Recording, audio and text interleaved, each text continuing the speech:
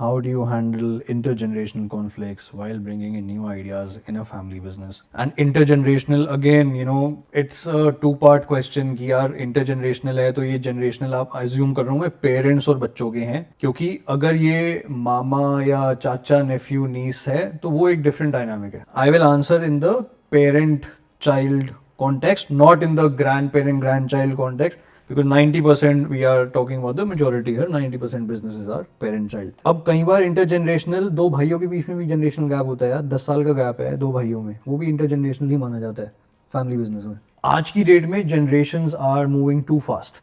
आज की डेट में यार मेरे को अपने भाई के अंदर भी लगता है जनरेशन गैप है. मेरे को अपने फादर के साथ कई बार लगता है भाई हमारा दो जनरेशन का गैप है. Because I am on one hand dealing with gen Zs and next gens and my father's but let's not get there. How do you handle the conflicts? Is build your credibility yaar. Dekh, agar if you have achieved something in life, if you have generated something in life, there is no conflict. If you have produced a result in business, there is no conflict. The whole conflict here comes where conflict exists where there is no clarity. तो या तो आपके numbers में clarity नहीं है, या आपके role में क्लैरिटी नहीं है, या आपके रिजल्ट में क्लैरिटी नहीं है, या आपको उसमें क्या इंसेंटिव मिलना है उसमें क्लैरिटी नहीं है. मेरे पास कंसल्टेशन आते हैं और कंसल्टेशन में हम देखते हैं यार कि the son wants to for example bring in a new client but he is not clear on the budget कि okay this is the budget I can spend on my say marketing or exhibition to bring in the new clients. So that expenditure, so again it's a clarity issue. So number one thing is जहाँ पे भी धुंध है, जहाँ पे भी आपको नहीं मिल रही है, कॉन्फ्लिक्ट हो रहा है, कॉन्फ्लिक्ट को सॉल्व करने का नंबर वन तरीका है भाई क्लैरिटी लेके आओ. सो what I am saying is clarity comes right from the place of, for example, बाप बेटा काम कर रहे हैं, ठीक है. अब फादर आइडियली मैंने देखा है फैमिली बिजनेसेस में ही looks over the finance part, maybe the operations part, the son takes care of the sales part, ठीक है. तो अब यहाँ पे अगर सन सेल्स देख रहा है और उसको फादर को बोलना है कि ऑपरेशंस में ऐसे ठीक करो, नया आइडिया मैं आपके लिए लेके आया हूँ, वो आइडिया भाई मत दे, आइडिया नहीं चाहिए. वो 50 साल से काम कर रहे हैं, आप उनको अनलेस वो पूछें, unless they ask you कि बेटा I am struggling with this problem, please help me out here. So I am talking real on the ground experience यार कि मैं for example I am heading sales and the family member comes and says hey you are not doing your work right, do it this way you will feel better, or this is how it's supposed to be done. Again if I am producing results it doesn't matter मैं कान ऐसे पकड़ूँ या ऐसे पकड़ूँ, भाई result आ रहे हैं ना, sales आ रही है ना. तो कॉन्फ्लिक्ट आता है वहां पे जहाँ क्लैरिटी नहीं है. भाई रोल या तो मैं सेल्स हेड कर रहा हूँ तो मैंने आपसे पूछा नहीं सेल्स के बारे में. आपका बोलना तब अलाउड है या तब जायज़ है जब आप बोलो कि यार मेरे से कोई गलती हुई है या मैंने कोई लीड को नहीं लेके आया, और if my performance is down. But again clarity वहाँ आ गई कि भाई परफॉर्मेंस इंडिकेटर ही नहीं है. Which brings us to the first how we started, there is no structure. So if there is no clarity कि मैं परफॉर्मेंस कैसे मेजर करूँ, तो आप मुझे बता नहीं सकते कि मेरी परफॉर्मेंस कम है या ज़्यादा है.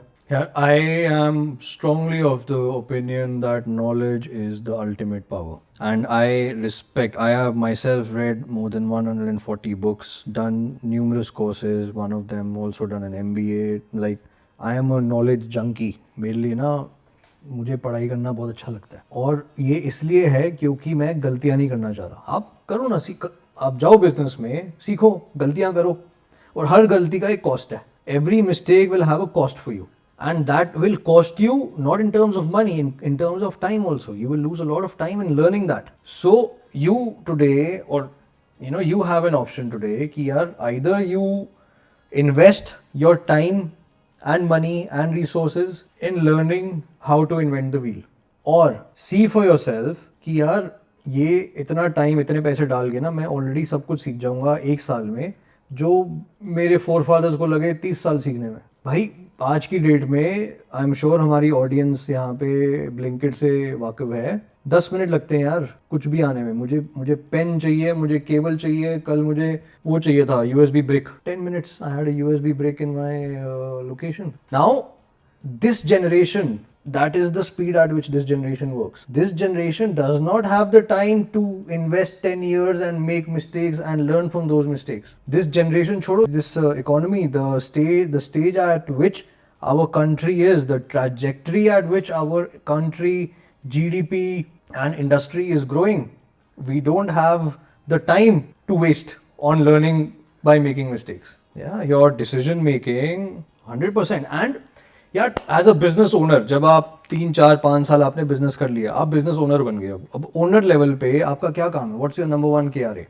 And this is a poll, so I am inviting everyone who's watching to answer me. What is your number one KRA? What is your number one responsibility as a business owner? Write it in the comments in one line. Number one काम क्या है तुम्हारा? I am coming to my point then. या आपके हिसाब से number one क्या काम है एक business owner का? Number one काम है growing the business. Take me or give me more points here. Managing people हो गया, ठीक है जी. और एज अ बिजनेस ओनर आप सुबह जाते हो, अपने ऑफिस में सीट पे बैठते हो, आपका क्या काम है? एवरीथिंग इज रनिंग स्मूथली, ठीक है भाई, you are responsible for everything, ठीक है.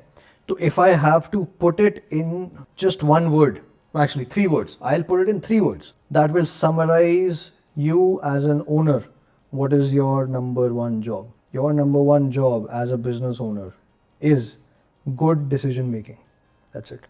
And I find these kids are horrible at decision making because their decisions are based on, unfortunately, social media जो पूरा दिन रील स्क्रॉल कर रहे होते हैं या जो न्यूज़ में आ रहा होता है. क्योंकि इन्फ्लुएंस क्या है सारा भाई, ये if there is one thing that you can take back from this webinar, from this conversation as a next gen business owner, and I am speaking to the audience here, is your number one role is good decision making.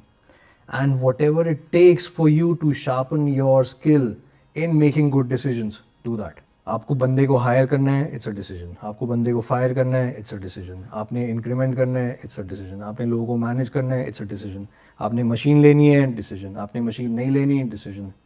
Machine की AMC, it's all decisions. Where you spending your time, it's a decision. Where you want to buy a factory, so just sharpen your skills in decision making. What helps you in decision making is data, is knowledge. जिसको जितनी knowledge होगी वो उतने अच्छे decision लेगा. आपके father आज की डेट में जो बिजनेस ओनर हैं, वो 50 साल से बिजनेस कर रहे हैं, वो वहाँ तक इसलिए पहुँचे हैं क्योंकि उन्होंने कुछ सही डिसीजन लिए हैं. और एक गलत decision is all it takes to totally destroy the company. Just one bad decision, that's all it takes. Every day in every field you have to make decisions. ERP लगाना है इज अ डिसीजन. कौन सा लगाना है is a decision. कौन सी company से लगवाना है. अब SAP के भी 50 डिफरेंट सर्विस प्रोवाइडर हैं यार, किससे लगवाएं, वो भी डिसीजन है. तो ये सारी डिसीजन मेकिंग है.